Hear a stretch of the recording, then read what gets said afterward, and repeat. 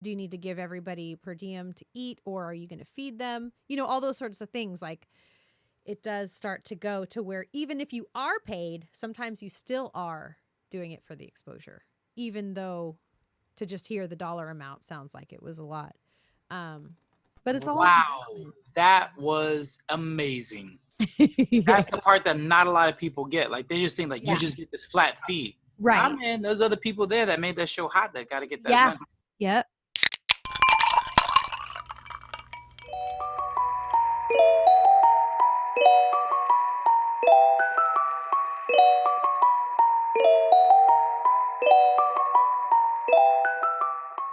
What's up, peoples?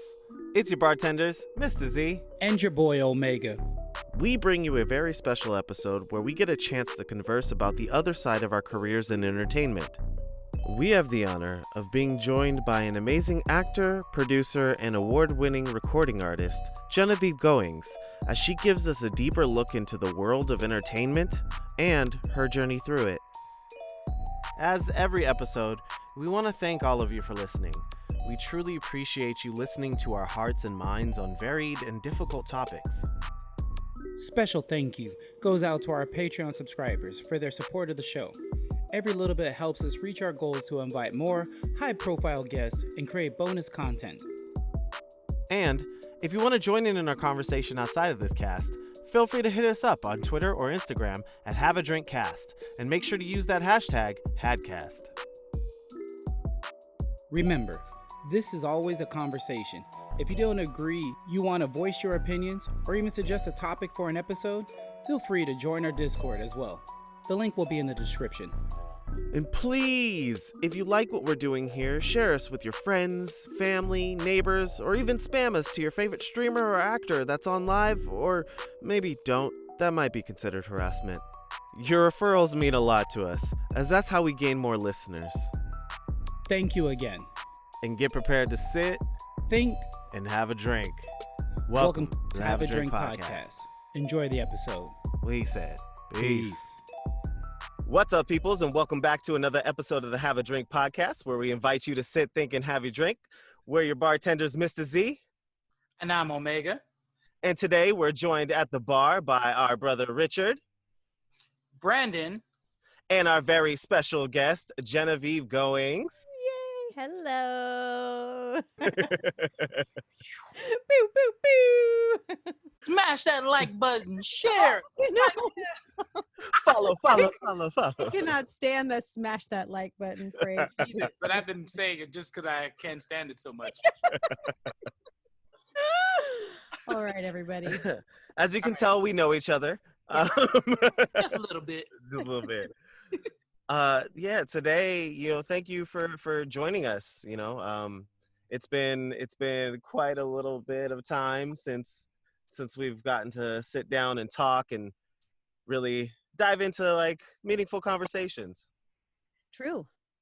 I mean, outside of those plane rides and everything and hanging out at dinner, I mean, I we was really haven't had a good conversation like this in a long time. I know, that's so true, because we had such a great opportunity. It's like our relationship started so fast. It was like this kind of like a last minute moment is the way it started, that ended up to be this whole long, beautiful relationship of like, oh my gosh, can you guys do this show? And can you learn all this stuff by like next week?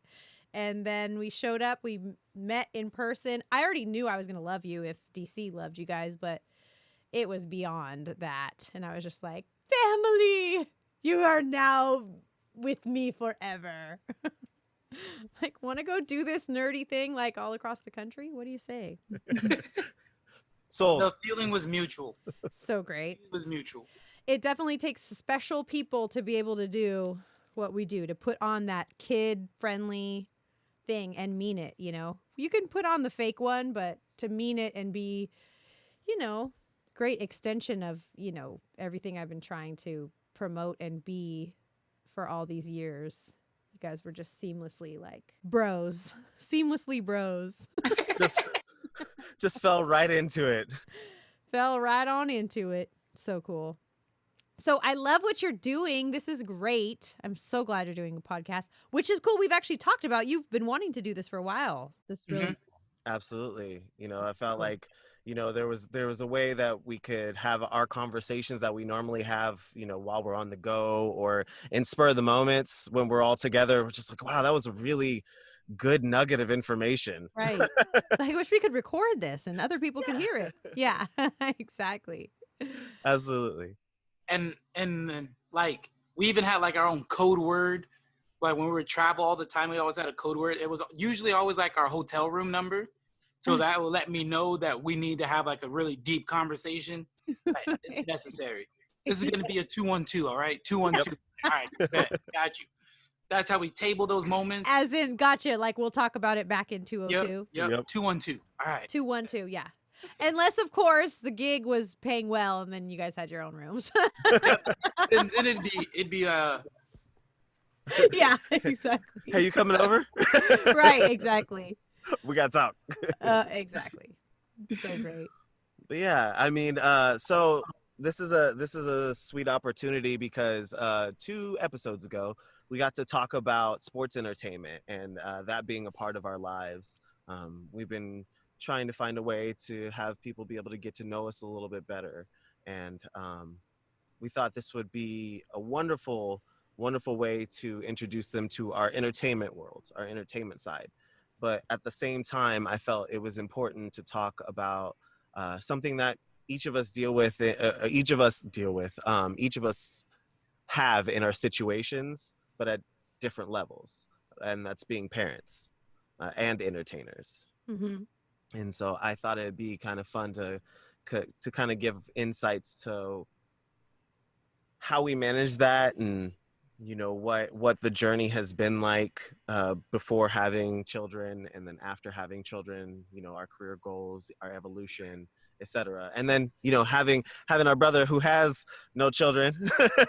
But yeah, he's at a different notch in the timeline. We're all at a different phase. We got a full-blown adult child and 2 little ones and the baby. Some of you guys were like, what does she mean, full-blown adult child? I'm the one with a full-blown adult child. Just so y'all know, I'm the one who's got a child at San Jose State University and works. So I'm just saying, I'm the one. They got babies, he's got toddlers, and Richard's got no kids. They both got toddlers, actually, so. Oh, yeah. Yeah. Wow. So, yeah. I wanted to start us off because something that I was thinking about was like everyone has their journey in entertainment start at different times. It all doesn't start at the same time. You're like, okay, once I graduate high school, now I'm going to go be an entertainer. So I'm kind of curious, like how many years have you been in entertainment, and when did it start for you? Well, the good thing is it's funny. It's like I feel like people who aren't in entertainment would assume that this story would begin like from when I did anything noticeable to the rest of the world, but really, like most entertainers, before anyone had ever heard of me, I already had like 10 years in the game, So I started, so it's been 20 plus years. I started singing with bands, singing rap hooks in the Bay Area is how I started. Yes, exactly. Yeah. So the whole hyphy movement, like I was there for it, and before that even. But I'm sorry to interrupt you. I'm gonna let you finish, but Beyonce had the. I'm just playing. Can you actually tell us some of those ones that you did? Yes. Gosh, there's a couple. There's a couple since this is an adult podcast. Now the first hook I ever sang was for a group called Celtic Tribe. Okay, they were white rappers. Great guys. I did a song with them, and that was my first time ever singing like a hook, really.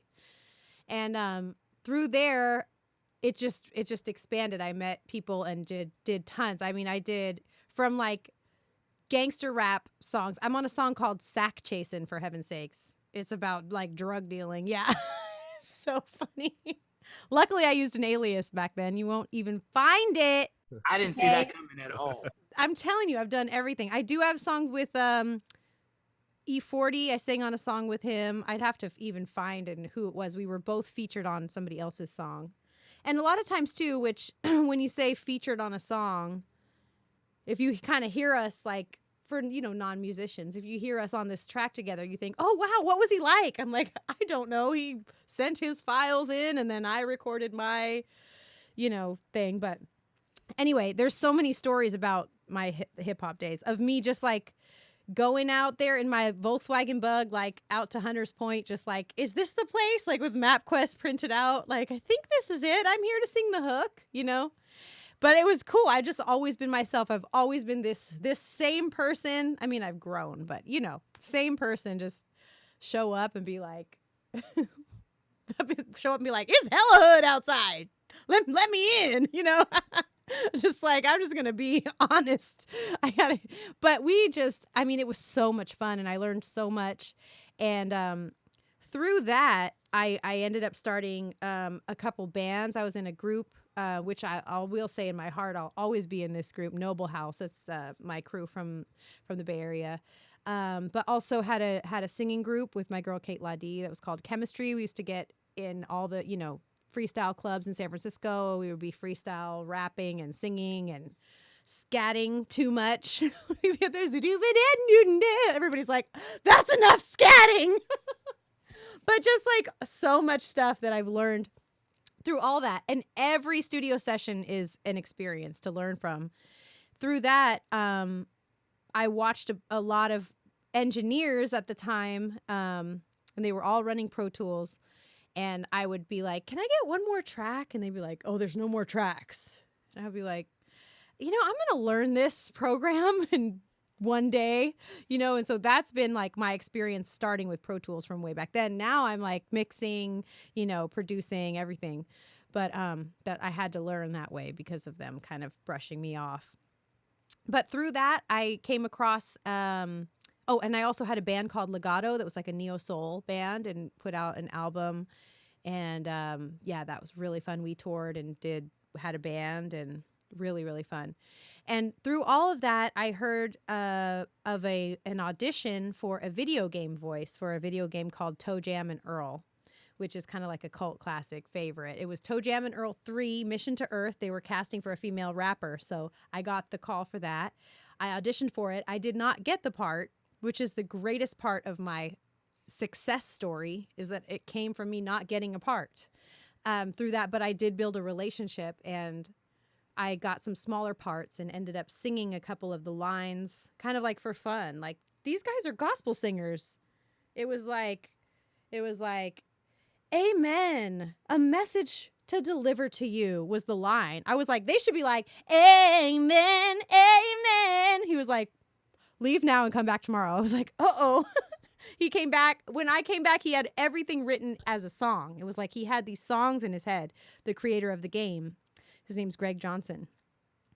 So we sang all these parts. It became really fun. Like, if anybody wanted to geek out and look on YouTube, you could find some of the Toe Jam and Earl 3 gospel singer clips, and it's like the original stuff. And through that, even some of those harmonies you can hear on the original and the current ABC gospel from Choo Choo Soul, because the guy who was doing the music, Burke Treishman is his name, and Greg Johnson, the creator, we all came together, and Greg was like, my kid loves trains, and I'm going to kill myself if I hear Barney one more time. So what can we do about making something cool? And that's kind of like my long-winded story of how I ended up in kids entertainment. We made the Choo Choo Soul album, and we made it in Berkeley, California.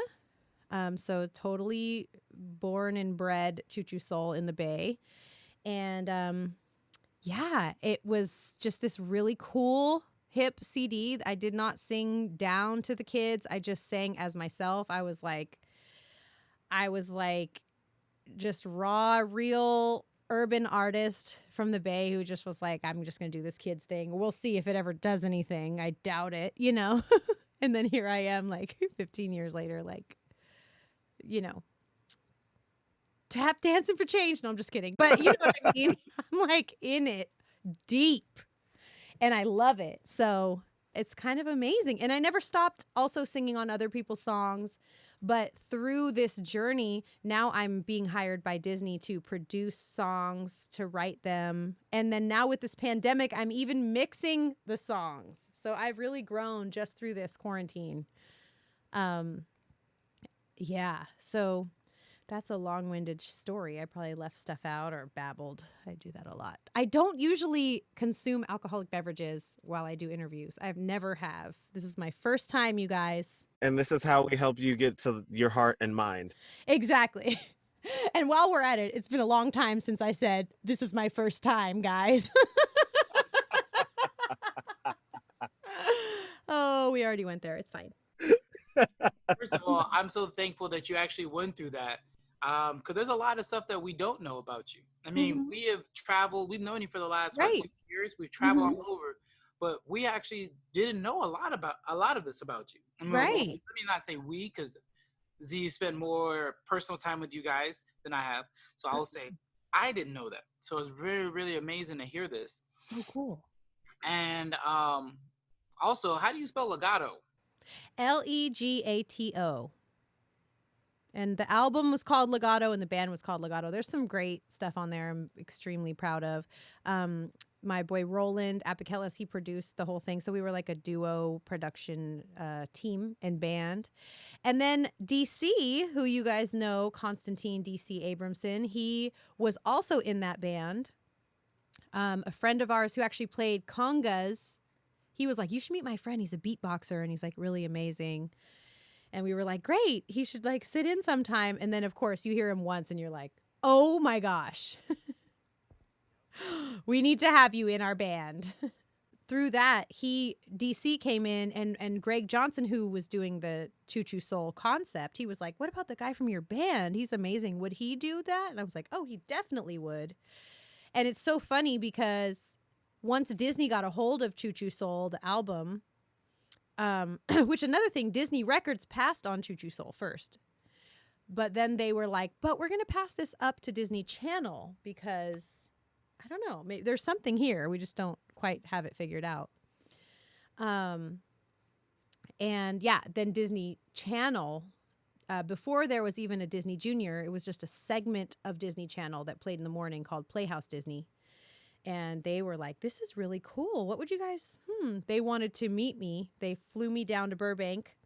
I had no idea what was happening. I thought it was a meeting, but we met them at a preschool and they had a bunch of guys in suits with cameras in the back of the room, 3 executives in the front, at 30 kids. And they were like, all right, go.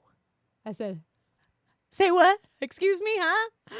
Okay, well, who wants to go on the train? And again, I was just, pipe for now.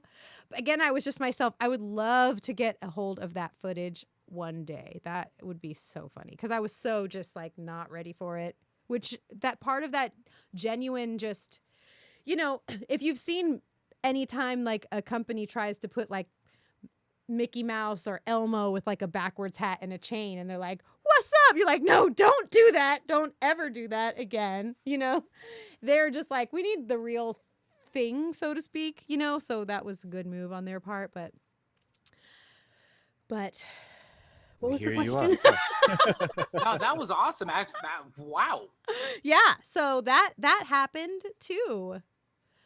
And part of that whole, like, I remember I was asking the kids, and this now has been, 15 years ago that happened.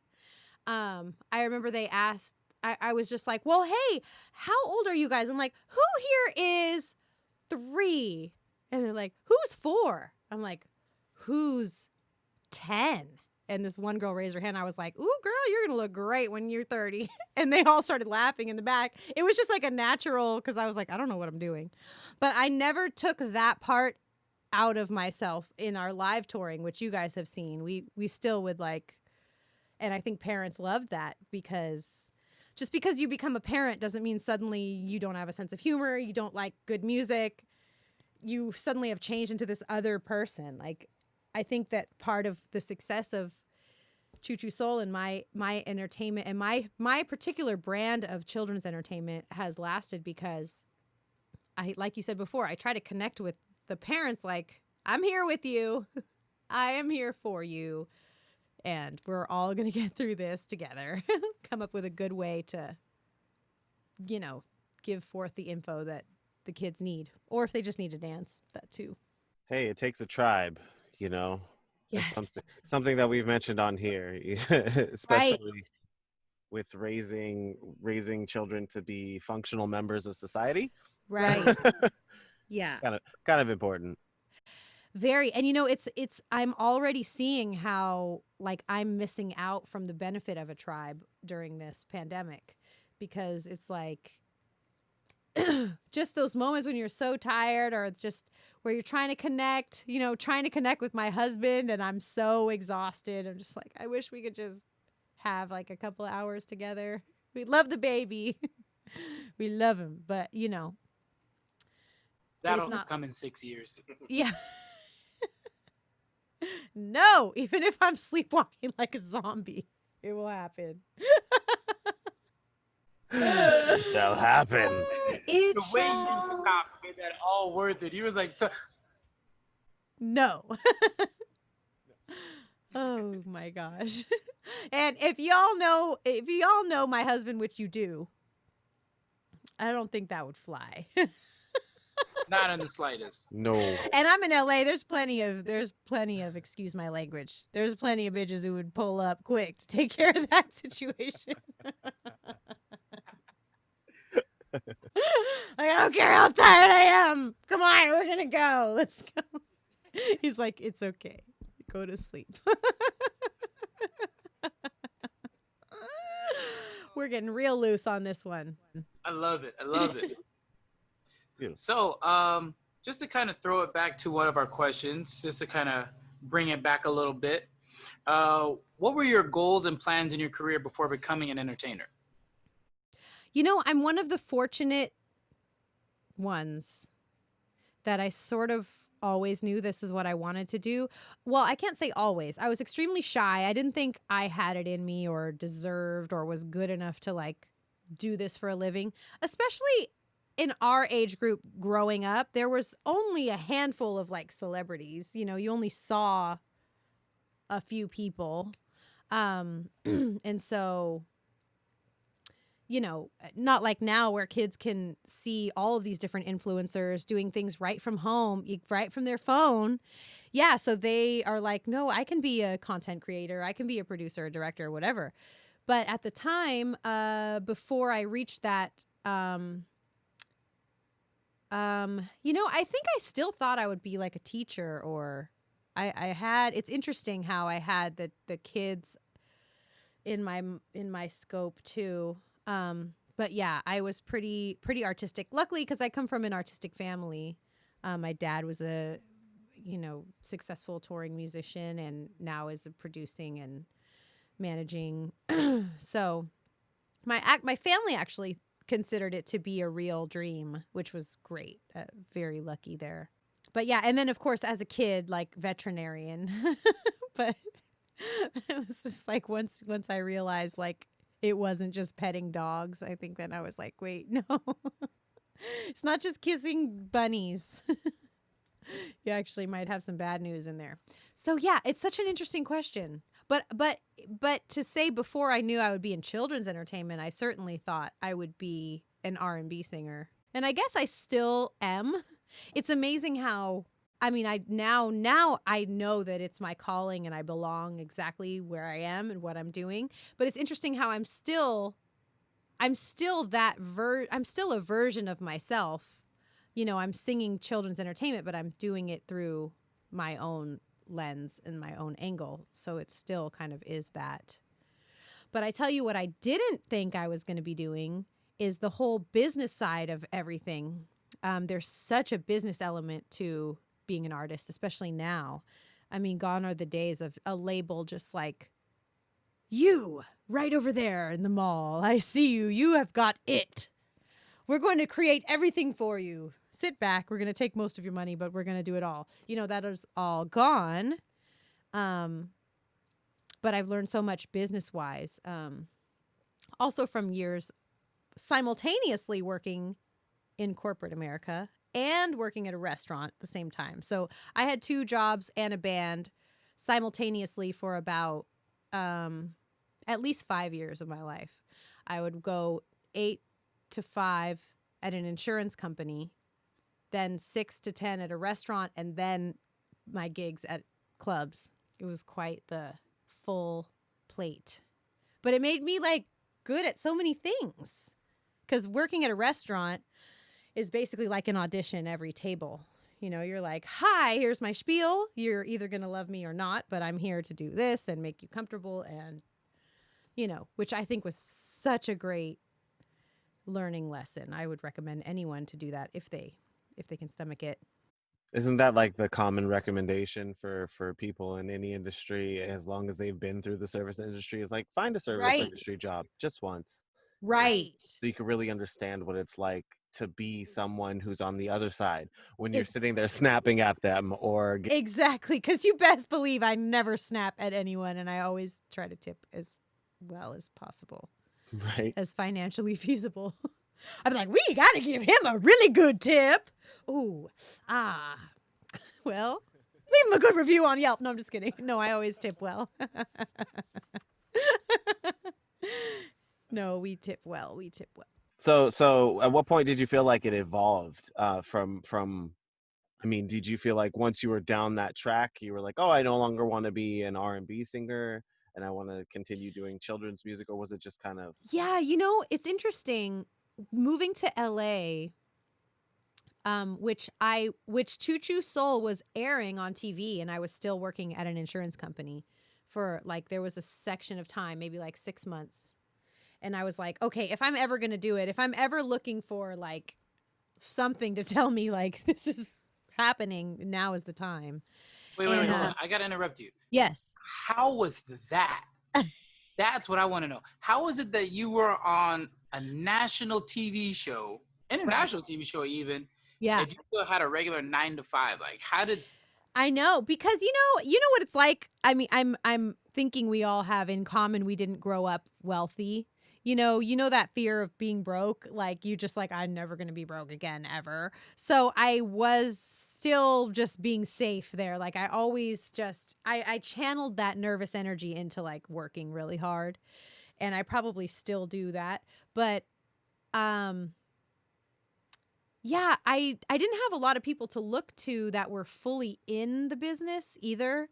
So everyone around me was kind of like, oh, wow, well, that's cool. Yeah, hope it works out. Not like, congratulations, you did something great, you know? So I kind of had to get it in through my own head, like, no, I can do this. It's time to just try it. You can always come back, you know, if it doesn't work out.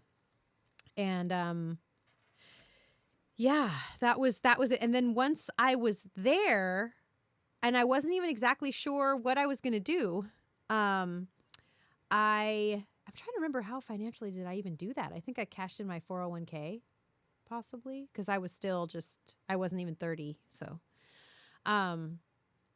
but anyway, I moved down there. Then I ended up with an opportunity to write music for Disney's Disney English, which is an initiative that teaches English in China as a second language. And they were building schools there that was going to teach English. And I got this opportunity to write a couple songs. It was like 3 songs or something.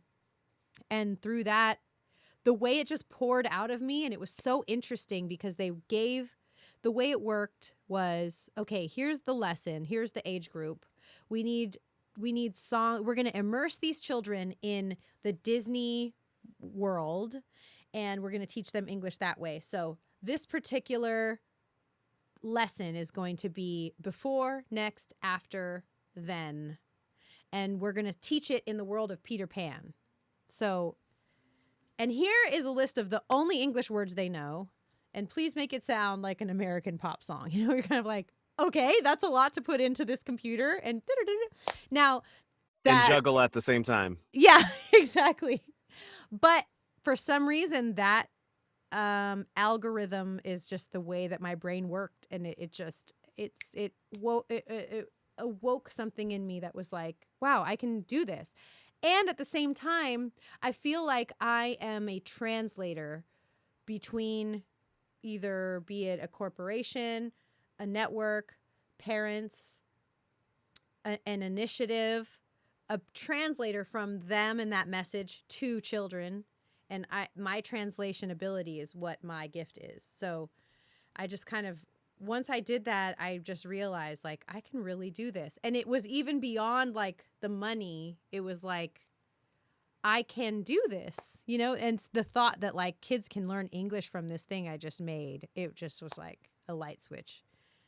So, and still from time to time, I would do some little songs, live performances. But then living in LA, and I kind of saw that whole vibe of like the pop singer in LA. And I was just like, ooh, I do not want to compete with that. You know, it's just very, you can imagine what that's like, you know. And that's just not really, I'd rather be like considered cute or attractive just because like, oh, well, and she was actually kind of good looking, you know, rather than like, and here comes a beautiful, sexy, good looking woman to sing a song, you know, just like, like it is not what I want to do. I would rather cover up my entire body and just sing and just, if you still think I'm attractive as a result, then hey, I did something right, you know? Let me just say that is my favorite part of our show is when you talk about the polyester part. Like, Yes. this is coming from a father of the daughter. Yes. To hear you say that, I honestly look to see in the crowd and just to hear the hoops, the hollers, and the pride out in the crowd is really amazing. And I mean, sorry, Jacory, but your wife is absolutely drop dead gorgeous, and everybody knows that. That's why everybody comes out to watch it. They don't come to see us; they come to see her. And she's covered from neck to toe, hat on, and people still flock to her. And you see the dads is watching. You know, we all know. It's funny because me and Z both be looking like, you see him? Yeah, I see him. Yep. His wife already slapped him twice. We know why their kids are getting pictures. Exactly, right? I will sit here all day and make sure she gets this picture, okay? It means a lot to her. Us. Her. Put the conductor suit on. You already know. We're trying to get in there. Come on now. You know how it go. Oh, You my know, God. I mean, we all see that, and it is absolutely amazing. And that is honestly my favorite part in our show is when you say that line. That is so cool. And the line he's talking about is, I say something to the tune of like, or you don't have to show any skin to make it in this business or something like that. Yeah. Yeah, which is great. I'm glad I can say that, stand up for that. It'd be nice to wear a gown every now and then, but it's okay. One day I'll wear a gown. I'll be on Dancing with the Stars or something. To the Well, you'd be wearing important a gown events. and get your awards. Ooh. There you go. Although a fresh ass tuxedo that was fitted would be cool too. But yeah, a gown. Okay, so those of us in entertainment, I kind of want to redirect the question to us as well. Like, how long have you guys been in the industry, and like, what were your goals or plans in your career before becoming an entertainer? Do you know the entertainment industry was my goal? I always said I wanted to be in movies. I wanted to be an actor. And then I'll even say this. I'll even go as far as saying I always wanted to see my name in lights. That's what I said as a kid. I wanted to see my name in lights. And it's funny is because when I was in 6th grade, I was in my very first movie, Mad City, with Dustin Hoffman. What? And yeah, I was in 6th grade. I did that. And then that summer, I did Lloyd the Ugly Kid. And after that, no more movies. But to say that I was able to sit there, hang out with Dustin Hoffman as a kid, and watch the edit from what we filmed that day. Everybody knew me on the set as Cliff's son, because that's what I said in my lines, but that never made it to the movie. I'm like, I'm Cliff's son. Everybody's like, this is Cliff's son. This is Cliff's son. I'm like, well, not really, but you know, that's just the persona I made when I was in 6th grade. Wow. You know, my very first movie, and then to watch myself be in the movies on the actual theater screen and see myself, I was like, I said it, and now I did it. That's awesome. You know, and then to be in Lloyd the Ugly Kid and it'd be a straight to DVD movie, I was like, hey, I did that too. I did that too. and I, like I said, I wanted to see my name in lights. Well, fast forward many years to when I met my wife. Before I moved to LA, my wife threw me a going away party at Dave and Buster's.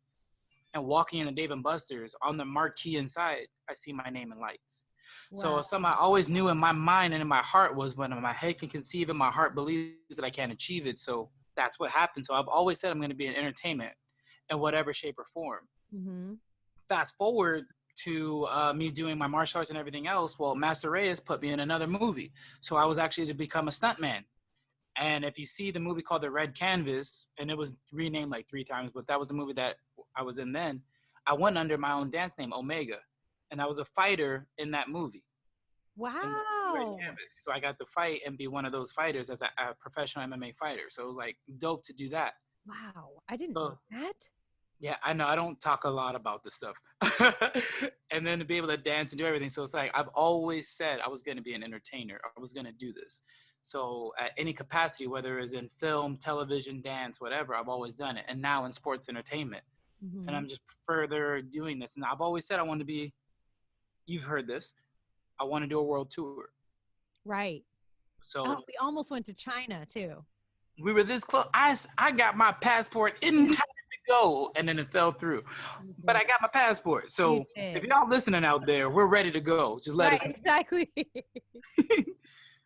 Hey, New Zealand, y'all want us to come out there? That's the one I want. I'm ready to go to that country. That's about it. Please, Jimmy G, if you're listening, please get on that right now. They are ready for us. I Right. third that. But yeah, I don't want to talk too much longer. But yeah, what about you? How about you, B? I mean, I didn't start by bouncing. I started out in the executive protection, so I did a lot of like concerts for rappers in Philadelphia. I'm from Philadelphia, wow. by the way. So I've met people like Rick Ross, Nicki Minaj. I even got about 10 yards from Jay-Z at one point. Oh, wow. But You haven't told me that. yeah, it was pretty close. I could smell him. But, What do you smell like, everybody? Tell us. You smell like money. hair care products and money. Yeah. There you go. Lemonade. Smelling like lemonade. But You smell like sporting waves and money. yeah. I've my goal. I was an athlete in college, athlete in high school, and stuff like that. So I've always wanted to be, the basketball star. But things went a different way. But that's when I got into executive protection. I worked for doing protection for Fortune 500 CEOs. Wow. That's how I actually got to the Bay Area, back to the Bay Area in my adulthood. Wow. And that, but yeah, I got here and I started doing bouncing in nightclubs, running security teams and things like that. I know it's not super big, but It is. That's When we go to New Zealand, yes, exactly. but absolutely, yeah. I just doing that kind of stuff, just protecting people. I've always been the bigger person in my family. Like my family has a ton of big people, but I think I'm the tallest, one of the tallest, aside from my grandfather who passed away when I was younger. But I'm 6'6", he was 6'8". Oh, wow. So, I just feel like the protector in the family. That's what I chose to make my profession at. Right. That's so cool. And it's so interesting how, like, ironically, you sound or seems like soft spoken and very calm. And it's like, I'm sure when it's time to dance, you want to dance? no, you don't want to see him dance. You don't I don't- When you see him at fight, all. it's time to fight. You don't want to see him dance. I'm trying to tell you right now. I was at his wedding, okay? I seen it. I got moves. Yeah, he Definitely moves got to the left, to the right. Two-step That's champion. hilarious. Snap, Bro. snap. Y'all seen Hitch?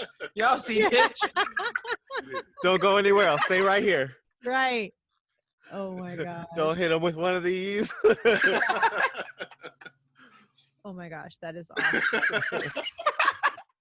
I need to learn that. That is definitely me. That's me. I love it. All right, Richard. Let's get you off. Let's get your mute off mic. I mean, No your problem. mic off mute. Edit that one, please. That sound like this drink is too good. How many years? Handful of years. I want to say maybe no more than 5, but like how I got my start. honestly was a Craigslist ad that my sister told me about. Oh, Sister was just like, "Hey, this baseball team on the eastern side of the United States, they're having tryouts. You should go try out." And I was like, "Well, the worst they can tell me is no." So that was my attitude going into it, and wow. went into it and ended up working out. And like that's how I got my start, and just basically rolled that into it. But honestly, like I always Wait, I really don't loved know enough sports. about you. You got to kind of do a quick once over. What Oh happened yeah, after I that? got you. I got you. So I know Z and Omega. We came together through a baseball team in the Bay. From Houston, Texas. Literally lived across the country. But communications and media is my thing. I used to be a sports reporter, but now I do some podcasting.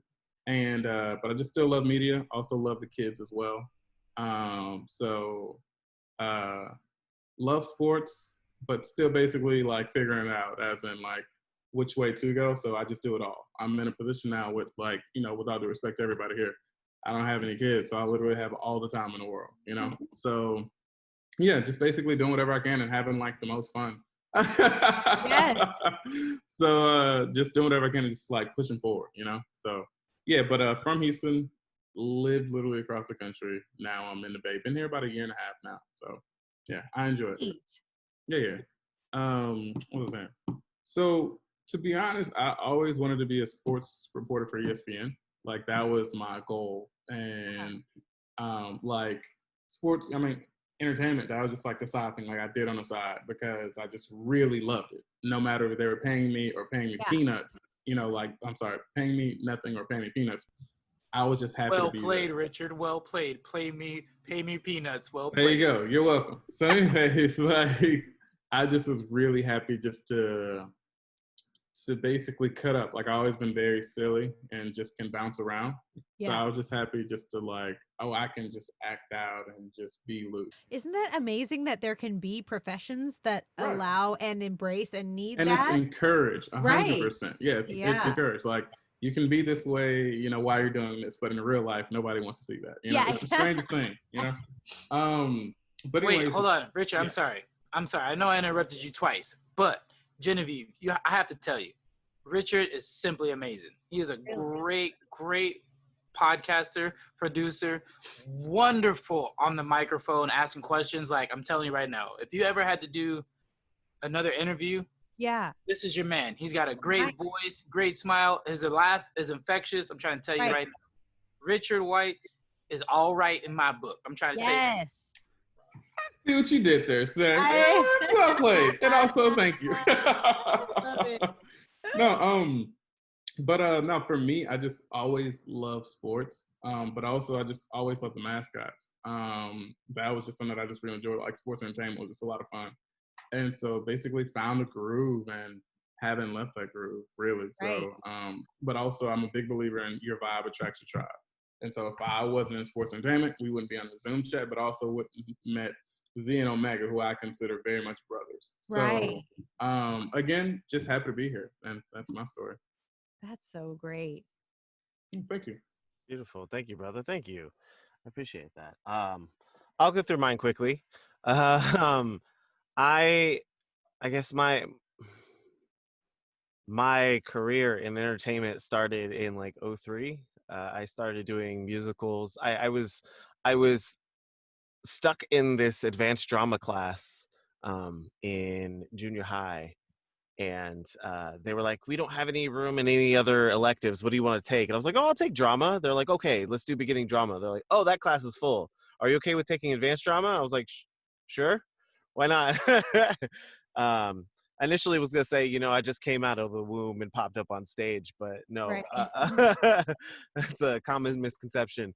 I started off doing that. I auditioned for a musical as I think a seventh grader, and all the eighth graders in advanced drama, they were the only ones getting lead roles. And out of nowhere, I got a lead role I was in Joseph in the Amazing Technicolor Dreamcoat, and that was Wow. Pharaoh. And I was like, oh, this will be fun. And then as I went through that, went on stage, I was just like, oh my God, I love this. I love this so much. And Yeah. just kind of kept going. After after high school, I went and started dancing in college. Like I randomly popped into a a dance battle. I was like, oh, what is this? I have to stop. And from there, I met other dancers, and they brought me further into the dance world. And I was like, yes, I always had wanted to be someone who performed on stage. I didn't know how. I just wanted to dance, sing, something. Since my cousins and everybody was like, you can't sing. I was like, all right, so I'll just stick to dancing. And I started with Michael Jackson and went from there. I learned by watching, and I just absorbed. However, I learned how to move and my musicality and everything by just watching.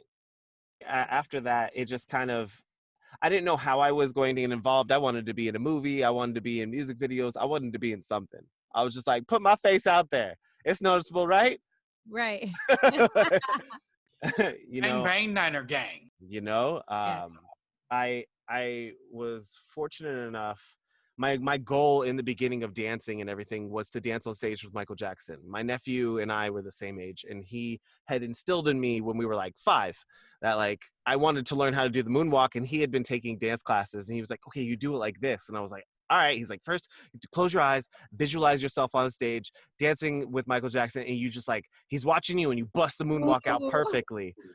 And I was like, all right, I'm visualizing it. And I was like, that's my goal. that's what I want to do. And years went by. That's kind of like the style that I had picked up. And when he passed away, I was in Europe. I was in Amsterdam, actually. So it was midnight for me when he passed away.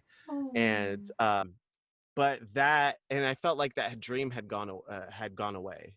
Mm. Fast forward to a year later, I was back in my hometown, and they were doing a tribute concert for Michael Jackson. And I was there early, and the dancers on stage, or the backup dancers, they came out, into the lobby, and they were like, "Oh, we need to pick people," and my niece and my cousin were like, "Oh my God, they see the backup dancers!" And I was dressed like them underneath the shirt I was wearing, because they were black tank tops and then blue jeans. I was like, Oh, "Oh, wow. I could totally take off my shirt and I'd be one of them." Right. Right. and I looked at them and I was like, "Do you guys want a picture with them?" They're like, "No, no, no, no, no."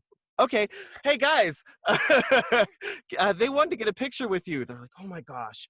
And after all that, they were like, "Hey, do you want to come backstage to the girls and like dance on stage with Michael Jackson?" And I went, "I'll do it."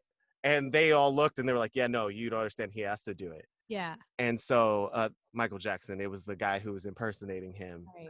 But I eventually had an opportunity to do that, which Wow. was go up on stage. I bust the moonwalk out perfectly. You hear the crowd roar. My niece didn't like, everybody was like, "Oh my gosh," the people sitting next to us through the whole show. After that happened, they were like, "Wait, wasn't he just sitting next to us Yeah, the whole right. thing?" And that kind of like helped evolve what I wanted to do, and feel like I could go into entertainment in any avenue, and that the way that my dream looked when it first started wasn't necessarily how it was going to end up, but it was a great starting point. There's something to be said about following the path as it starts to evolve. It's like one thing if we were just like, no, this is what I'm going to do. That's my dream and that's it. Like it's about these opportunities opening up and being like, okay. It's like just being open to that makes you grow so much as a person and as an artist and everything. So that's really cool. Yeah, I mean, it's the power of saying yes to different opportunities. Yeah. No matter how ambiguous the thing, the venture or opportunity may seem, you might get an ad from a friend that's like, "Hey, this team's looking for some dancers." Right. It wouldn't be paid well be paid that Yeah. well, but you would get exposure and this and that. Right. That's a famous thing that performers get paid in, is exposure. Exactly. And as my dad would say, you can die from that in some instances. Exposure. Right now, definitely. Yeah, for real. But isn't that so true? Oh my gosh. If I was to add up in dollars, like how much I made on my path to get where I am, I wouldn't be able to pay rent still. But it's like somehow we did it. It's not about the money. It's not about the dollar amount.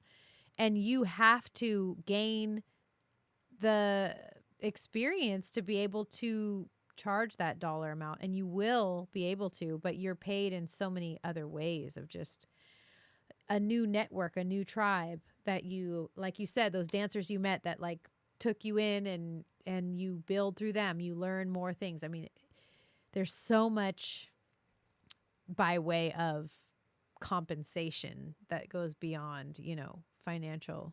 Right. The power of networking. Yeah. And even on top of that too, it's like it's crazy is because for such a long time I dealt with that whole, you get more exposure, you get more exposure. I'm like, man, I'm so exposed, it's ridiculous. Yeah, I need yeah, to yeah. clothes on.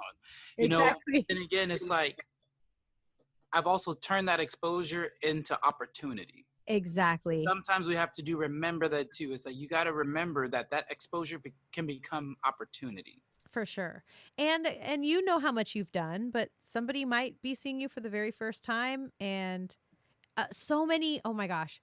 So many, when I get into those big dollar situations, which happen, few and far between, the person writing the check, they're probably don't even have an Instagram. Okay. They probably, that's in today's standards, when you're just like, oh, I don't have a check mark or whatever it is. All those the small little microscope of people that are like so absorbed in everything, they see it that way. But like the check writers they don't have their ear to the street per se, or their eye on the scroll feed. Like they are just going to know what they see when they see it, when it's brought to them. And it might just be that one time that you were like, oh, I'll throw this thing together for you. And my friend asked me to put this video together, and he's going to send it to whatever, and who knows. And that could be the thing that like gets to the big executive who decides to like do something. So we always have to be open to that, no matter how, untouchable we think we are. Absolutely. It looks like it's about that time. B.O.B. Black owned business time. Say what? I said black owned business time. So we have a black-owned business here tonight, and I'm actually going to throw it back to my brother over here, my brother from another mother, Brandon Thompson. Can you please talk about your black-owned business, sir?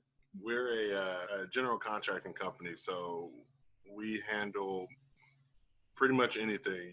You name it: pools, decks, patios, roofs, extra rooms, an entire house. You want an entire building built, we can do it. And we don't just operate. So I live in Texas now, but we don't just operate in Texas. We operate all over the country and all over the U.S. territories. So we go to Puerto Rico, we go to the Virgin Islands. We're all over, East Coast, West Coast, Midwest. Anywhere you need us, we can go.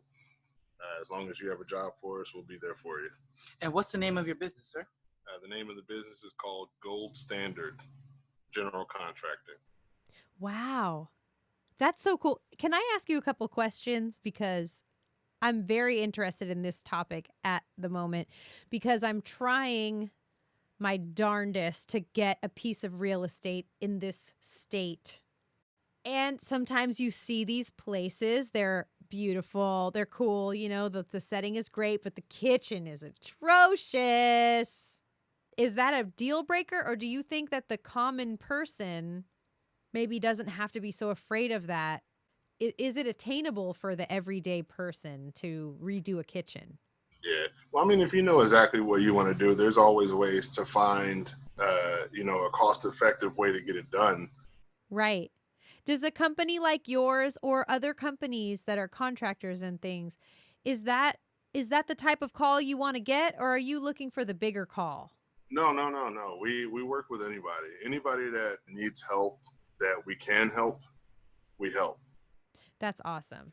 And you're based where? We're based in Frisco, Texas. The team lives in Frisco. But like I said, we can travel anywhere across the U.S. And U.S. territories. And how can we contact you and find out more information? Yeah. You can contact us on Instagram, trust_gold standard.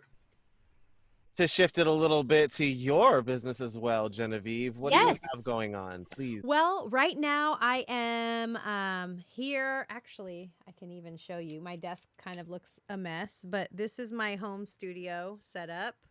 My machine sampler, my tiny little thing. I have my studio over there. I got a stage and all this stuff. My vocal booth is in there. And this is my little setup that I have been producing and writing right now for the Disney Junior series, Ready for Preschool. You can watch on YouTube or on Disney Junior. So I just finished 14 songs for that show, which is great. And I was texting with Z and I was like, I have no talent and I have a deadline that was last week. And they want me to rewrite 2 songs. And then now it worked out and it's okay. But so I'm wrapping that up, which is going to be great. That will be coming out on Disney Junior. And now I'm working on my own EP. I'm so excited to have a new project coming out that's just going to be me. It's so interesting. I'm working with a label called 8-Pound Gorilla. They are an offshoot of the record label 800-Pound Gorilla, which does huge releases for comedians, all the Netflix specials, major releases like that. They're getting into the children's music space and they're going to partner with me on this project and see what we can do about marketing me a little bigger, which I've never really had marketing. As funny as it is, I've been on Disney and all of that, but never really a big, marketing push. So we'll see how that goes. I'm very excited to work with them. And yeah, this EP is going to be, it's tentatively titled Summer All Year Long, which has to do with this song that I'm currently writing, which is basically like, we didn't get a summer, so we're hot, hot all year long. So you got an idea. We're going to dress up our house. Even though it's winter, we're going to dress it up to look like summer inside. We're going to put on our shades. We're going to put on our bathing suits, our shorts, our umbrellas, prop it up right inside and have a summer party in November, because why not? Wait. So our video shoot is when again? You said Exactly. Yeah, you guys get your so stuff I can ready. get this body right and tight. Green screen. Well, we don't show skin in our kids' videos, so you can You wear. said shorts and bathing suits. I was a little did. nervous. I know I said bathing suit. I won't be in one, but Does that mean we won't either? Oh wait, first know. of all, I'm all inviting myself. Does that mean we won't be? Yeah, no, you don't have to. But what you can do is set yourself up with. Do you have like a beach ball? Do you have an umbrella? Do you have sunglasses? Do you have a flowered shirt? Exactly. So we're just going to show our really cool ways that we pretend that it's summer all year long, which sounds like a super fun video. I also have a song called Shadow Puppets on the Wall, and I have this extremely talented shadow puppeteer that is doing shadow puppetry. I said I'm not submitting any shadow puppets. That guy. I just caught myself practicing this like Yeah, he's unconsciously. I was all amazing. trying to do the little He's shapes amazing. too underneath the camera. I know, it's really fun. So I'm just trying to like inspire kids to do stuff inside, and what else can we do? What else can we do? So I'm also trying to do some more of my live streaming. I do most of my live streaming on my Facebook page under Genevieve Goings. You guys can check it out too. I do live stream stories every Wednesday, but I'm going to do some educational based stuff and probably some mom sanity, makeup and hair, just thoughtless have a break together moments. And yeah, just more stuff like that. So I'm excited to just get creative again, because when I'm not working for hire, I always come back to myself like, who am I? What am I doing? So I'm very blessed to have work, but then when it stops, I'm like, okay, now let's get creative. And to writing music for Disney, there's certain, things that I need to adhere to. For example, for the stuff that I'm doing with them now, I don't use kids' voices because there's just so much red tape and it's a huge company and it's just better not to. Certain things, because I'm teaching, it's got to be very specific. So in my shadow puppets on the wall, I'm like, did you know that bunnies bounce on the bottom of the sea? And did you know that snails drive around in Ferraris? Like, I can say stuff like that because it's my own project, so I'm looking forward to that a whole lot. And I just did a podcast pilot for a game show. So we'll see if that gets picked up. I'll keep you posted there. Another fun game show for kids to call into and do their fun stuff. And yeah, I'm just really working on building my studio business right here in this chair, producing more, hopefully producing stuff for artists too. I'm super into like scoring. I've scored some stuff before, and yeah, songwriting, production, and all that good stuff.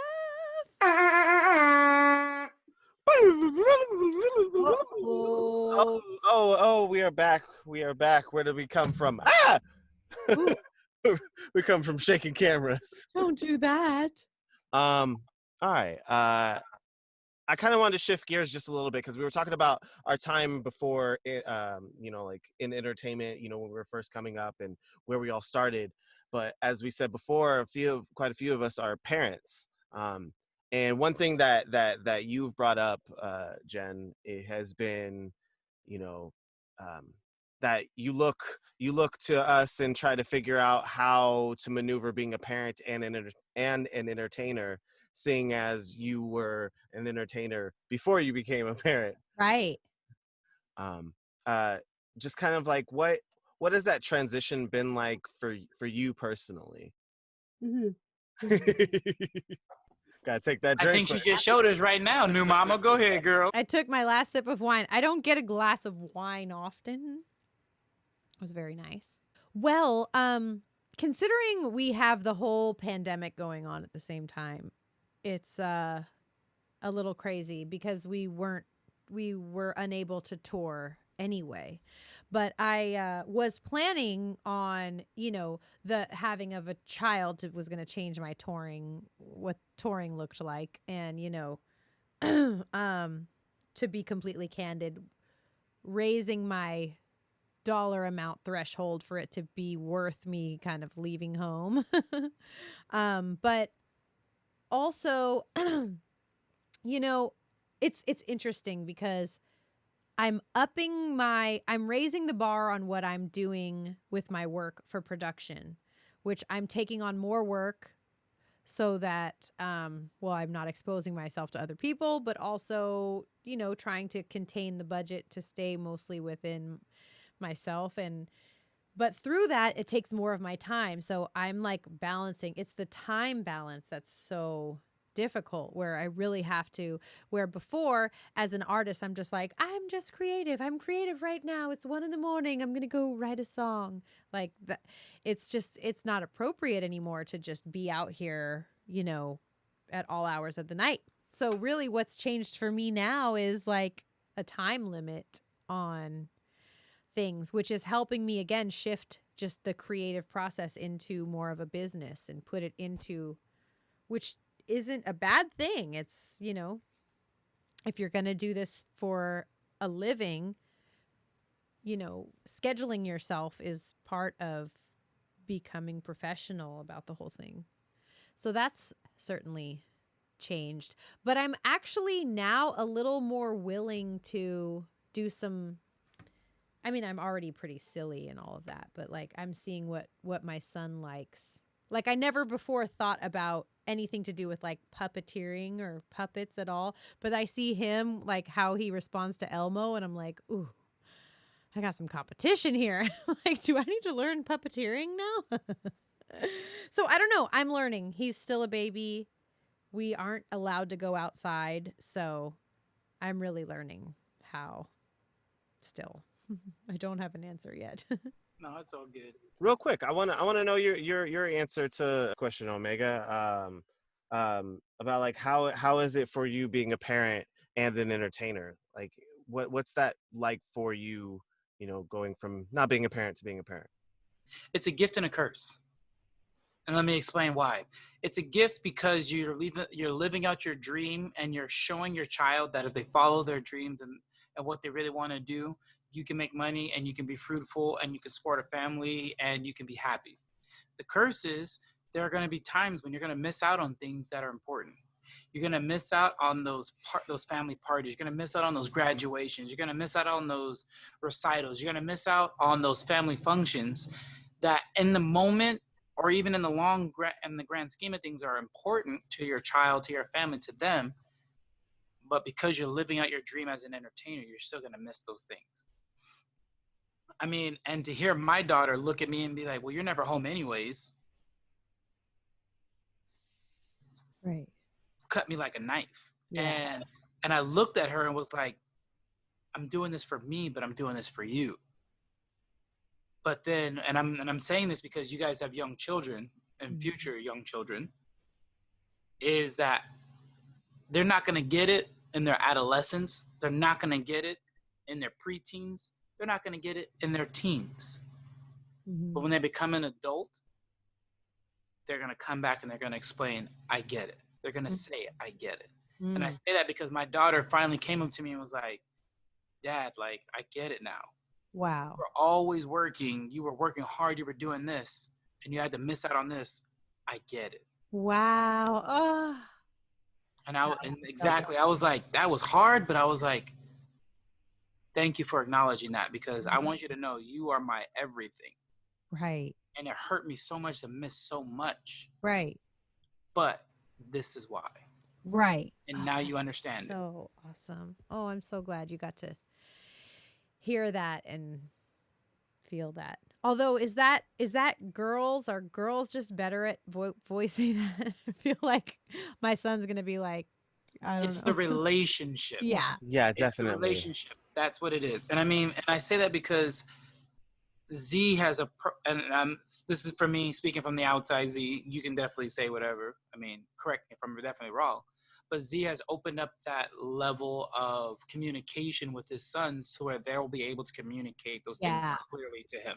Right. Right. In a comfortable zone. Yeah. And that's what I did too, is like my daughter respects me as her father, but she also knows that she can come to me about anything and we have that respect.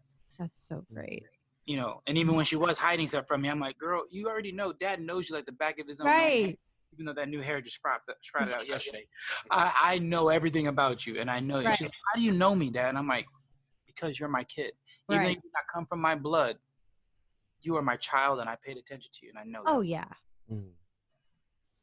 Absolutely. Yeah. I mean, thank you. Yeah, it's interesting because I've definitely have opened that level of communication with my tiny ones. You know, we're very like, hey, you know, like, how are you feeling? What are you doing? You know, like, do you know where Daddy has to go? Do you know what Daddy has to do? Like, so you understand? Yeah, you're gonna go be on the choo-choo train or whatever, you know. Like, which probably sounds so unfair to them. They're like, wait, why am I not going on the choo-choo train? This is right. not You know, sense. but it's also cool because there's opportunities for me to involve them in different things and different aspects. They get to come see a show. You know, if one of them wants to be on stage, they can totally do that. If one of them doesn't, I'm not gonna sit there and push it on them. You know, like, I've also created this environment where they're free to choose. It shows, I feel like personally, it shows them that they can follow, like what Omega said, follow their dreams and make a living out of it. And they don't have to feel, you know, down or pressured to do this just because Daddy's doing it, you know, but they also feel like I'm not going to look at them and be like, you can't do that because you need to be doing this, you know, like, and I'm like, no, you know, I was thankful enough to have a parent who helped, you know, foster my dreams, no matter what it was. You know, they were like, you have that dream, you want it to be that, all right, if you're going to do it, go all the way in it. That's you know? so awesome. And I already know, like, your boys are so lucky to have you. Like, the sky's the limit for their imaginations and for their views of themselves and what they can do. Absolutely. It's funny because they came up to me a couple weeks ago, and one was like, hey, Daddy, can we make videos like Ryan's World? And I was like, yeah. And it was from one of my humans who hates being in front of the camera. So it shocked me even more. I was just like, oh, yeah. And then I was like, we can come up with something. I think we can come up with something that's unique for you. And so, you know, we sat there, we talked about it a little bit, and, you know, we're going to see what we can do from there. You know, I give him a little bit of time to see if he still, like, feels that same energy about it. But yeah, and then, you know, the other one, obviously, he's in a lot of my videos already because he's not shy to the camera. He's like, ooh, a camera? Daddy. If he could Right. right now, he'd be poking his head in and being like, Right. hey. Of course, yeah. But yeah, He's made his cameos before. Yeah. he has. Oh, and on the podcast, good. Absolutely. I found it to be kind of like a interesting juggling act, being a parent and an entertainer, because there are opportunities that I would really love to like pick up and say, yes, I want to do that. And then there's others where I'm like, all right, if I'm going to say yes, it'll have to be after this long drawn out list of things and like figuring out different situations, because I also want to make sure that I'm a part of my kid's life. I don't want to just be, oh, daddy's gone.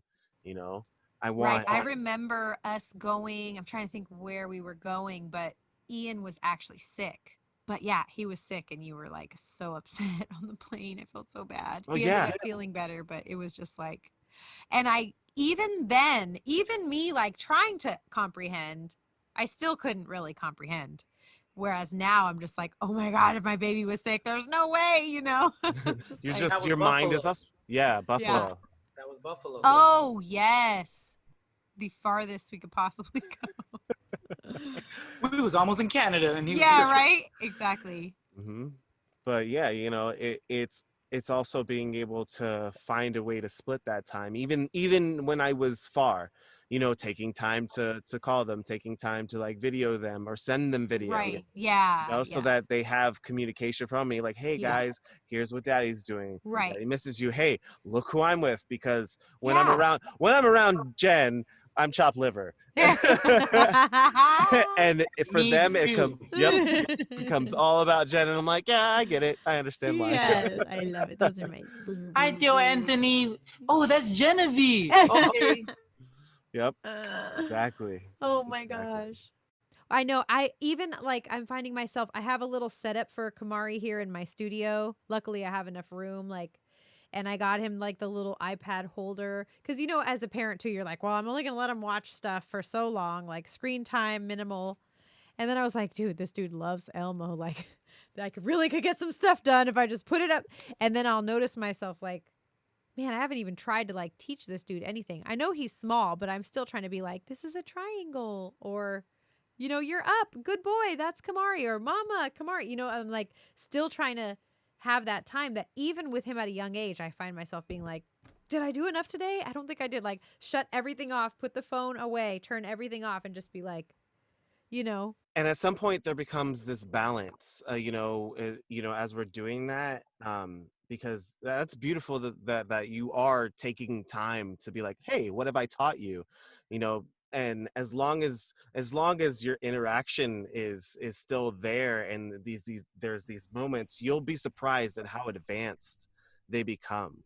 Mm. Going into school, seeing my boys go into school, they already know certain things, and the teachers are all like, wait, how do you already know how to do that? And Ian's super proud, be like, oh, I know how to do this, I know how to do this, and I know how to do this. And they're like, what did you learn how to do that? And it'd be moments where I would take time, because he would ask me a question, or Cyrus would ask me a question, and I would be like, all right, we're going to take this moment to actually learn why this is this way. Right. So yeah, it's Awesome. it's it's funny that you're like, yeah, they have the screen time in front of them, but like they also are learning a lot through that. I've been Yeah, noticing. true. Right. And let me segue into that, because that was great, because Brandon said this under his breath. Go ahead, brother.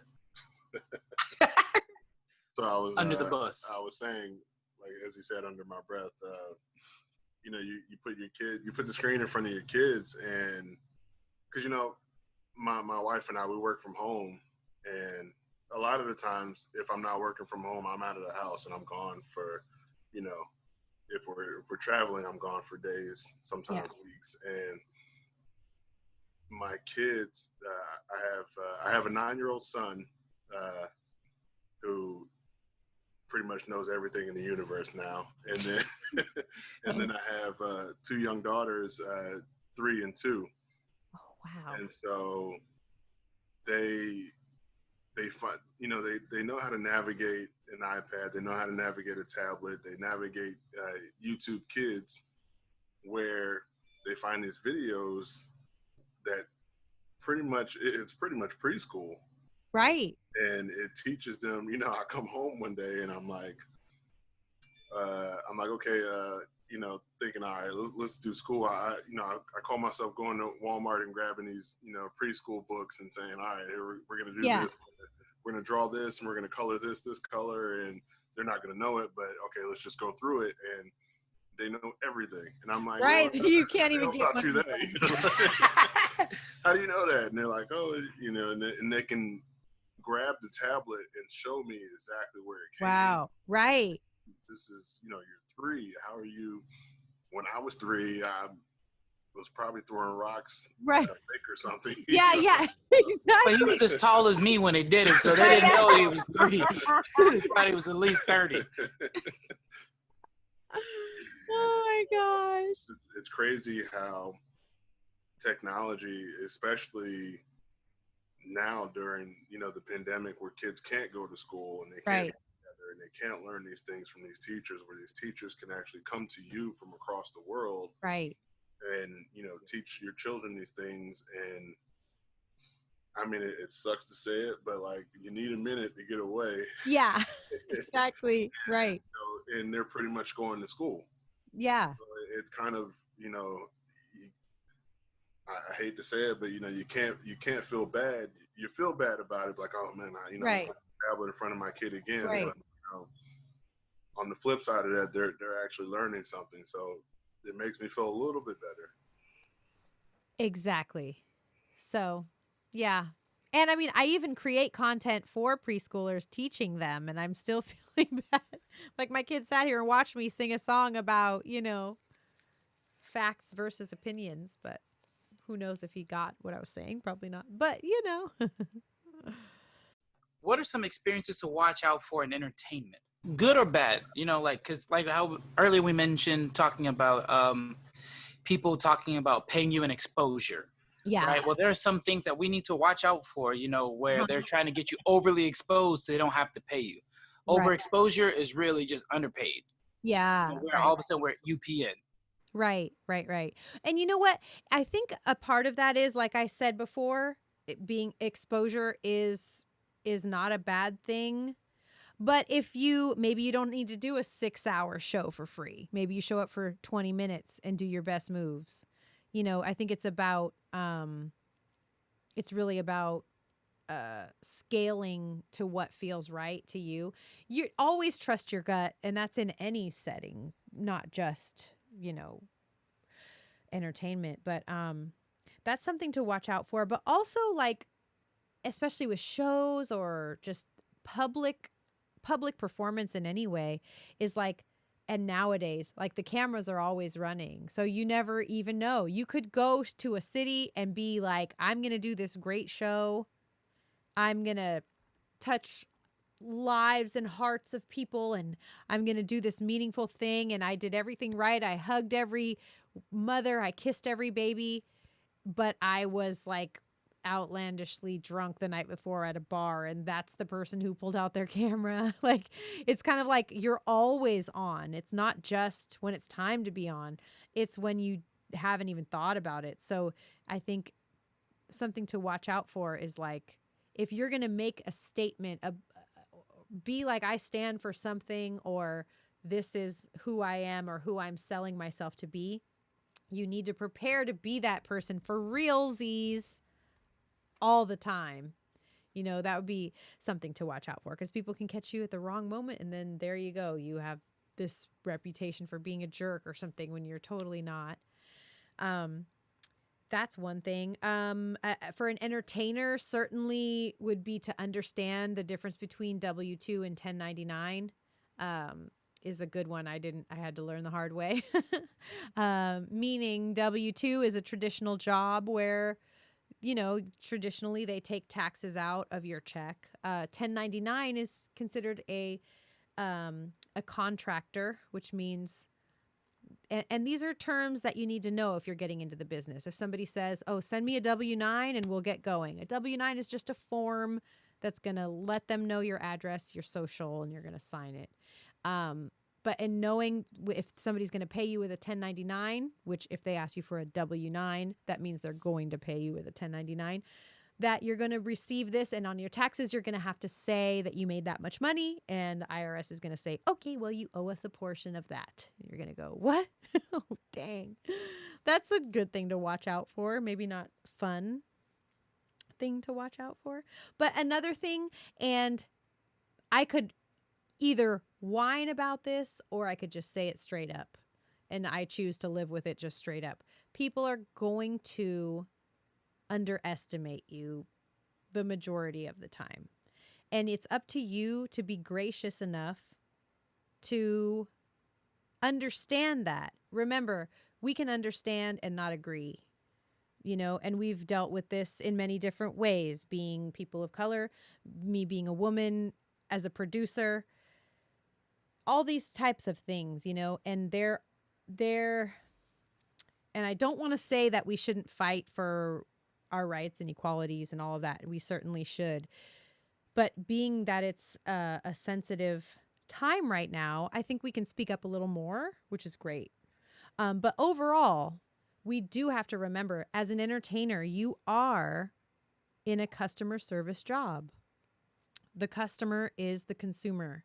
The customer is the audience. And we always need to assume that, you know, they don't, I don't want to say don't care about us, but, you know, we're there to do a job, and it's really nothing personal. And most people just want to be entertained. And keeping that in mind, you know, something to look out for is like those experiences. Like I've had experiences on stage where I was like standing there like, well, you guys aren't clapping? Get up. Come on, everybody dance. You're like, man, they may not just not want to dance. I mean, they bought the seat, let them sit in it, like whatever. We're all here to party. This is what we do. And, you know, we can tell each other up and down to not take certain things personal, and that's going to happen. But like, it just remembering and watching out for the fact to always remember that, you know, we are in a customer service role, and that's our duty, is to entertain people. And us saying we want this job, you want the accolades, you want your name in lights, you also need to deliver something to the people of why they paid the ticket price to see you, you know? Absolutely. They don't want to just see you standing up on a stage, not doing anything. Yeah. Why is he just standing there? Yeah. He's waiting for his turn. Yeah. Exactly. But, and you know, as an entertainer, I've learned to just draw so much steam from people underestimating me. I mean, you can imagine if I dressed in a train conductor outfit, I mean, how many times I've been made fun of or laughed at, or people look like, what the hell is that? You know what I mean? And it's not like I'm going to explain to every single person, or like some mom from Minnesota is going to come up to every person and be like, do you know who that is? She taught my kid to say her ABCs. You know what I mean? You're just not going to get to everybody. All you can do is just do what you do best, and just do it. And again, remembering like, this is the job we chose, and this is and it takes work every single time. The work never stops. I mean, it never, ever stops. It could be like, you could hear, somebody could put up a video of, you know, Drake tomorrow being like, get out of my way, bitch, to some lady. And like, that would be it after everything he has. Like, we would see that and be like, ew. I mean, I'm sure he would still get plays, but I'm just saying, even though that woman may potentially just do a download for 99 cents, like, he owes something to everyone. But isn't that kind of difficult too? Is because we see the artist and we forget about the person. Mm-hmm. And a lot of times we don't give them that grace to be a person anymore. They have to be 24/7 on. Yeah, you know? That's true. And that's something that I've learned, especially before we were on tour. I learned this in the martial arts world. Is the fact that we're always on. Right. As soon as the plane touches down and I'm in and I have my team gear on, we're on. Yeah, exactly. Eyes on us. I represent the brand. Exactly. As a whole. Right. And even if I have a mistake, or I may say the wrong thing, or I may look the wrong way or whatever, they're still going to look at us like, well, because because we're paying you to be out here, you're on brand. So therefore, we're going to talk about you. We're going to feel this way. Yeah. And sometimes it's hard to remember that they're people still, and they need to be afforded some type of grace. Excuse me. That is hard. And especially somebody like, let's say, Beyonce and Jay-Z, where they're not even out there like selfieing, and like they literally are like, our private life is private, and people still trying to get to them, which is annoying.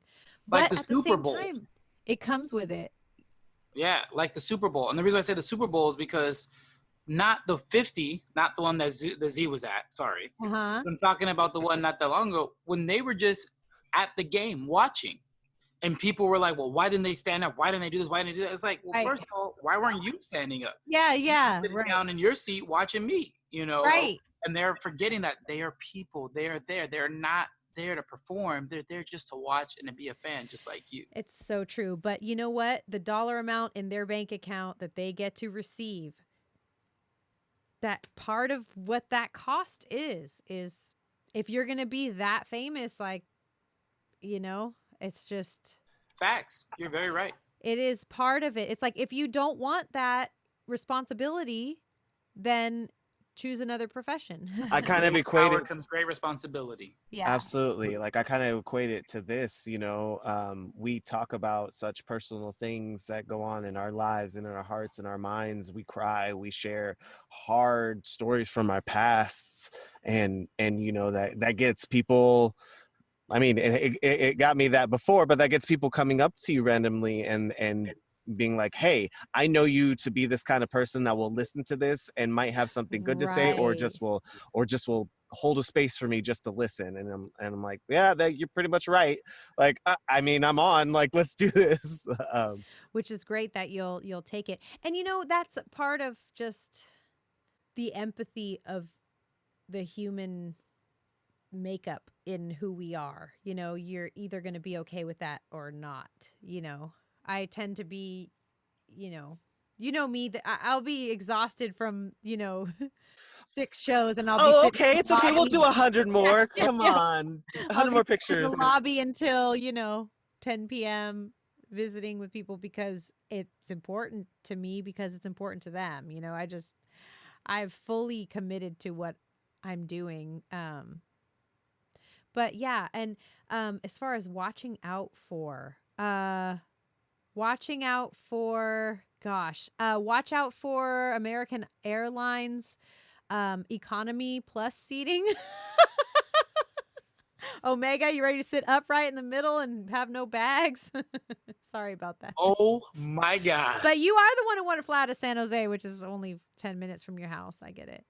It's not It's even give and 10 take. minutes. I know. I It's can give almost and throw a take. rock at the airport. I know. It's give and take. But there is that sort of thing. Like if you get paid, let's say you're like, there's this show. Let's use like a ballpark figure, like $5,000. There's a show in Kansas City, $5,000. And you're like, whoa, yes, that's great, right?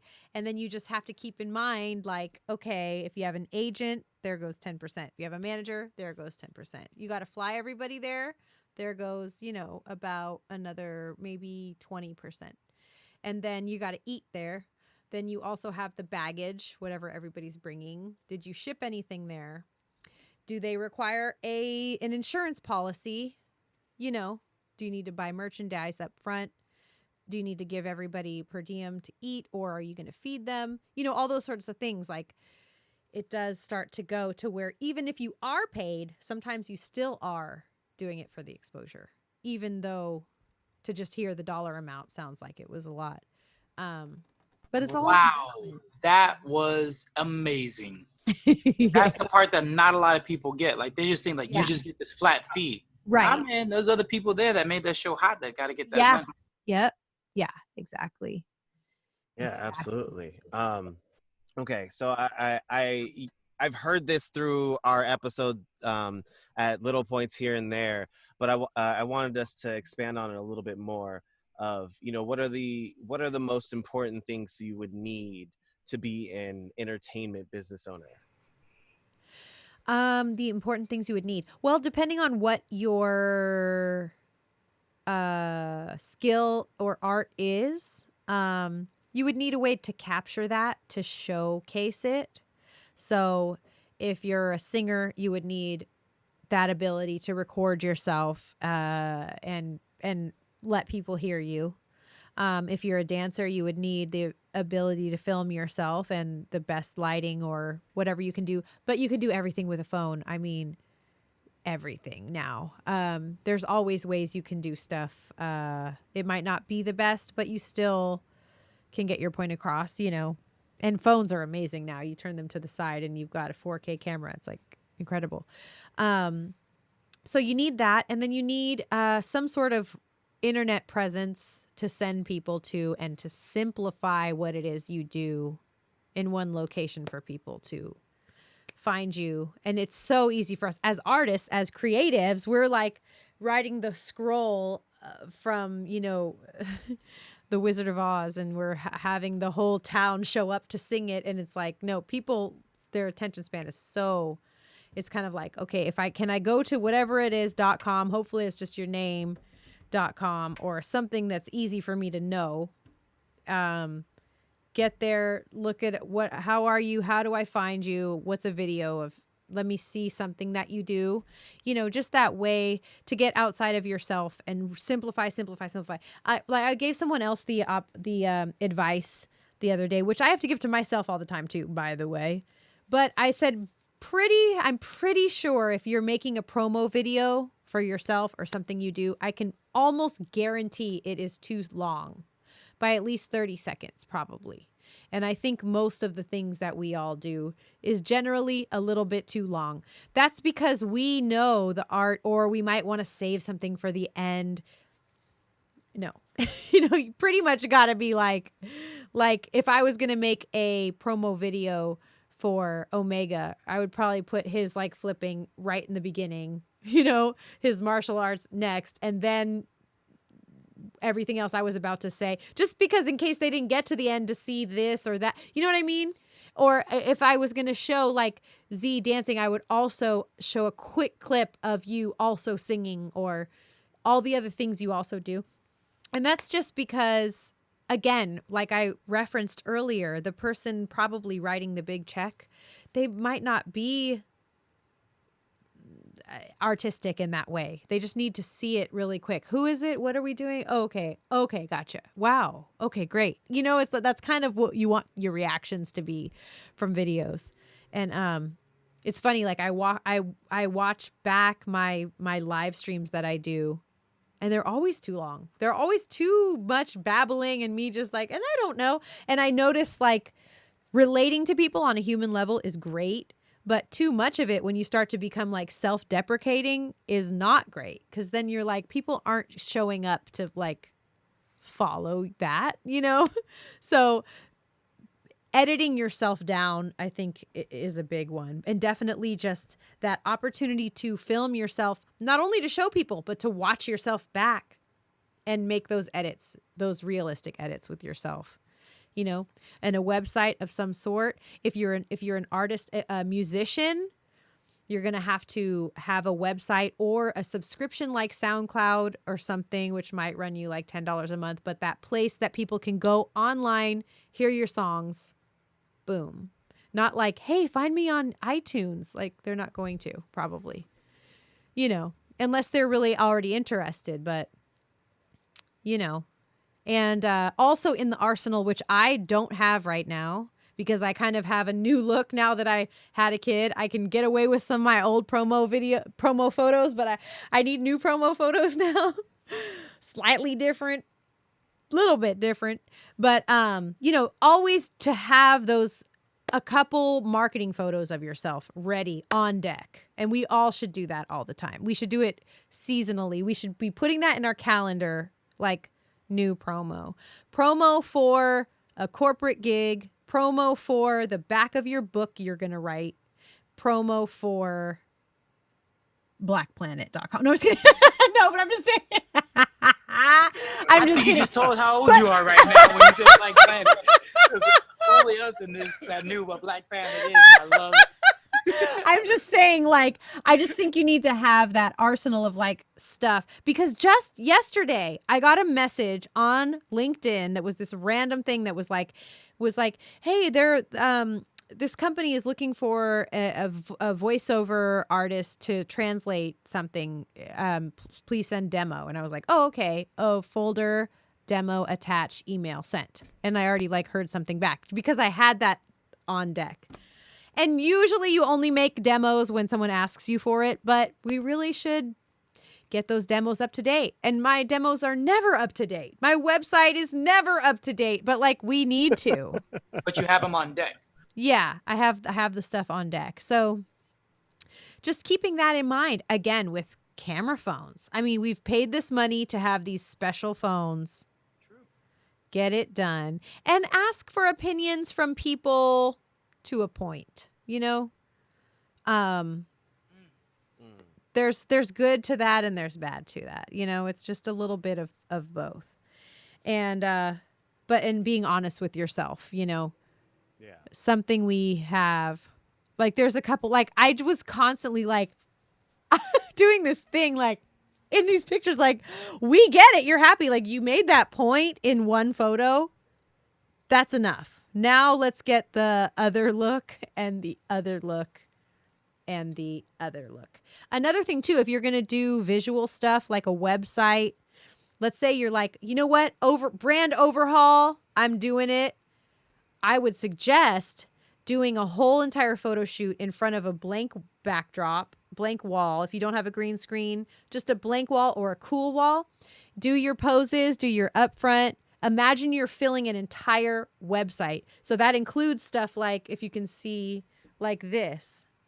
Like, let's say a photo that's like this. That means I could use this on a flyer that's like, tonight, blah, blah, blah, and put the info there without needing a graphic designer.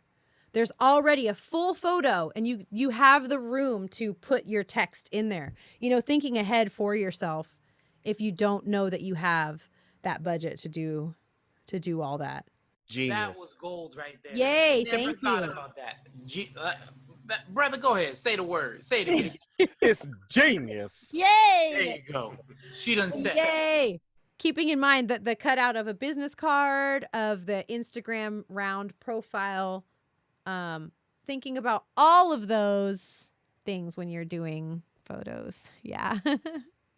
And a very big recommendation I would make is a website called Fiverr, Fiverr.com. You can find people that do all these sorts of things and you can hire them to maybe do things that you might not be great at yourself, like creating a logo or setting up your, yeah. Anyways, and just to have a business at all. Oh, and QuickBooks self-employed, I would also say. That has been great for me because I used to keep all my receipts and my tax stuff on a spreadsheet, and then I would add in all my receipts. It was quite ridiculous. Now I just press print report. So Beautiful. I just started that too. Sorry. I have one more question for you. From Mr. Brandon right here. Go ahead. yes. Sorry, I know you guys want to close up, and it's kind of a long-winded compliment, but I swear, I promise there's a question at the end of it. So just, you know, given all the things that are going on in the world right now and the much needed, the big need for Black presence in media alone, you know, just in what you do and what your platform and how you utilize it. You know, just thinking back to when I was younger, like we had, I don't know if you remember Susha. She was like a Portuguese, Russian-looking, blonde-haired, blue-eyed chick, but she sang, she danced. Oh, yes. You know, that was kind of all we had as, you know, kids, you know, in my day and age. Yeah. Where, you know, we're looking at her and we're like, oh, you know, this is great. She does all this singing and dancing and she's teaching us these things. But, Right. you know, and then you fast forward a little bit later and then here you are, you know, you're this Black woman, this Black presence, and you're teaching, you know, I didn't have children at the time, but, you know, you're teaching these children they're just you're teaching these children how to navigate basically the world, you know. And I promise the question's coming. It's coming. But Enjoying you know, talking just to you right not now.